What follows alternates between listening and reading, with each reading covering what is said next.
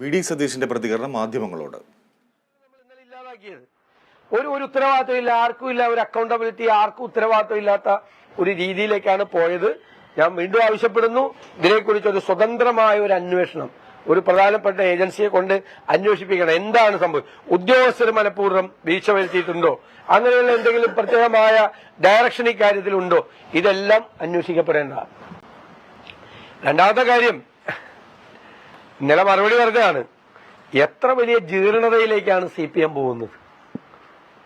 ഞാൻ നേരത്തെ തന്നെ പറഞ്ഞിരുന്നു, ഇത്രമാത്രം ജീർണത ബാധിച്ചൊരു പാർട്ടിയായോ CPM? രഹസ്യമായി CPMന്റെ നേതാക്കൾ, മുഖ്യമന്ത്രി ഉൾപ്പെടെയുള്ള ആളുകൾ BJP നേതാക്കന്മാരുമായി ചർച്ച നടത്തുന്നു. എന്നിട്ട് അവർക്കെതിരായിട്ടുള്ള കേസുകൾ ഒത്തുതീർപ്പാക്കാൻ വേണ്ടിയിട്ടുള്ള ശ്രമങ്ങൾ നടത്തുന്നു. അതിനു വേണ്ടിയിട്ട് BJPയെ ജയിപ്പിക്കാം എന്ന് ഒത്താശ ചെയ്യുന്നു. ഇപ്പൊ മുഖ്യമന്ത്രി ചെയ്തത് ഞാൻ ഇന്ന് വീണ്ടും ആവർത്തിച്ചു പറയുകയാണ്, ഞാൻ ഇന്നലെ തന്നെ പറഞ്ഞതാണ്, മാധ്യമങ്ങളത് ആദ്യം ശ്രദ്ധിച്ചില്ല. അതായത് മുഖ്യമന്ത്രി തള്ളിപ്പറഞ്ഞത് പ്രകാശ് ജാവദേക്കറിനെ EP ജയരാജൻ കണ്ടതല്ല, മറിച്ച് മുഖ്യമന്ത്രി തള്ളിപ്പറഞ്ഞത് EP ജയരാജനും നന്ദകുമാറും തമ്മിലുള്ള ബന്ധം മാത്രമാണ്. പ്രകാശ് ജാവദേക്കറെ EP ജയരാജൻ കണ്ടത് മുഖ്യമന്ത്രി ന്യായീകരിക്കുകയായിരുന്നു. കണ്ടാൽ എന്താ കുഴപ്പമെന്ന് ചോദിച്ചത്. കണ്ടുകൊണ്ട് ഒരു പ്രശ്നമില്ല, ഞാനും എത്രയോ വട്ടം കണ്ടെന്നാണ്. എന്തിനാണ് EP ജയരാജൻ, LDF കൺവീനർ, കേന്ദ്ര കമ്മിറ്റി അംഗം, കേരളത്തിലെ തെരഞ്ഞെടുപ്പിന്റെ ചുമതലയുള്ള BJPയുടെ പ്രഭാരിയെ കാണേണ്ട ആവശ്യം? എന്ത് ചർച്ച ചെയ്യാനാണ്? ബിസിനസ് ചർച്ചയാണ്. ബിസിനസ് ഡീലാണോ, പൊളിറ്റിക്കൽ ഡീലാണോ, ഇലക്ഷൻ ഡീലാണോ, എന്താണ്? അവർ തമ്മിലുള്ള അതിർത്തി തർക്കമുണ്ടോ? അവർ തമ്മിലുള്ള ബിസിനസ് ഉണ്ടോ? എന്ത് ഡീലാണ് കണ്ടത്? പറഞ്ഞല്ലോ.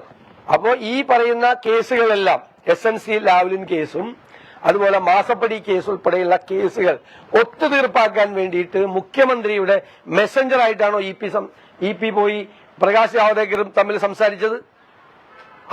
അതുകൊണ്ടാണല്ലോ പ്രകാശ് ജാവദേക്കറിനെ EP ജയരാജൻ കണ്ടത് പിണറായി വിജയൻ തള്ളി പറയുന്നില്ല, അവിടെ ന്യായീകരിക്കുകയാണ്. കണ്ടതുകൊണ്ടൊരു കുഴപ്പമില്ല, അത് അദ്ദേഹത്തിന് വേണ്ടിയിട്ടാണ് പോയത്.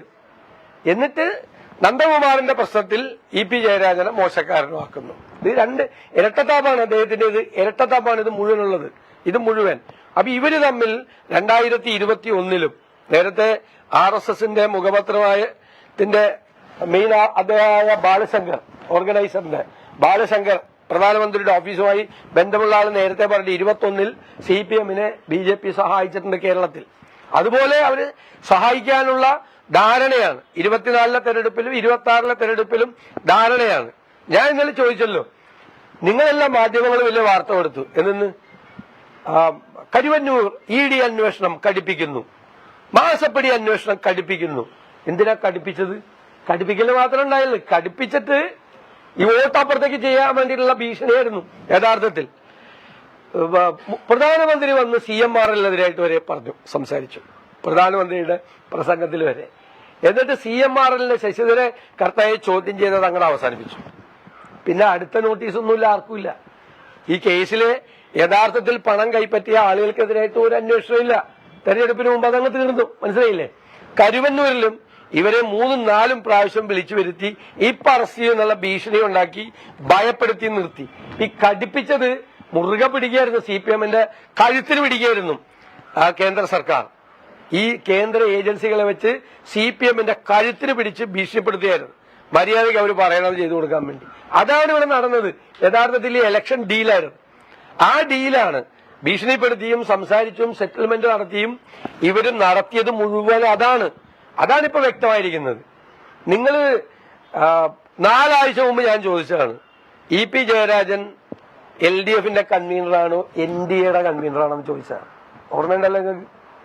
ദേ ചോദ്യം ചോദിച്ചാണ്, അതല്ലേ ഇപ്പൊ ശരിയായി വന്നിരിക്കുന്നത്. എന്നിട്ട് മുഖ്യമന്ത്രി ഇപ്പോ ഒഴിഞ്ഞു മാറുകയാണ്, കൂട്ടുപ്രതിയെ ഒറ്റിക്കൊടുക്കുകയാണ്.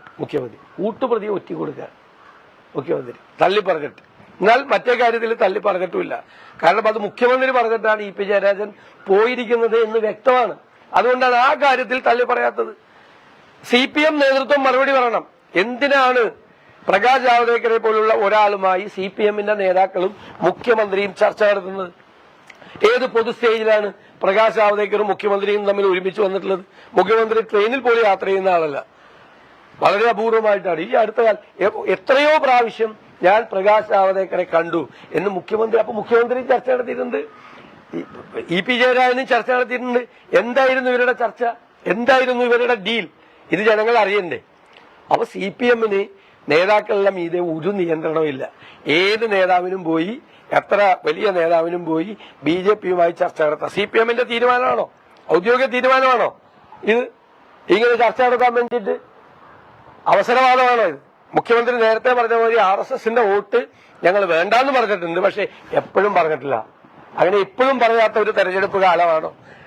ഈ പറയാത്ത ഒരു തെരഞ്ഞെടുപ്പ് കാലമാണോ ഇപ്പൊ കഴിഞ്ഞു പോയത്? ഇത് വ്യക്തമാക്കണം. മുഖ്യമന്ത്രി ഇന്നലെ ശിവന്റെ കഥയാണ് പറഞ്ഞത്, ചൊല്ല് പറഞ്ഞത്. അത് ഞാൻ അതിന് മറുപടിയും പറഞ്ഞു. പക്ഷെ ഏറ്റവും ബെസ്റ്റ് രണ്ടുപേരും ഉത്തര മലബാറുകാരായതുകൊണ്ട് വടക്കം പാട്ടിലൊരു ഈരടിയുണ്ട്. കൊണ്ടു നടന്നതും നീയേ ചാപ്പ, കൊണ്ടുപോയി കൊല്ലിച്ചതും നീയേ ചാപ്പ. അതാണ് കുറച്ചുകൂടി ചേരുന്ന ഈരടി.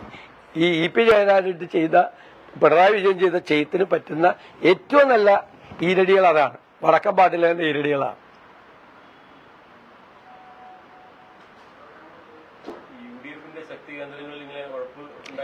അല്ല, ഞാനത് ഇപ്പൊ നിങ്ങൾ വേറൊരു ചോദ്യം ചോദിക്കണ്ട. അതായത് തെരഞ്ഞെടുപ്പിൽ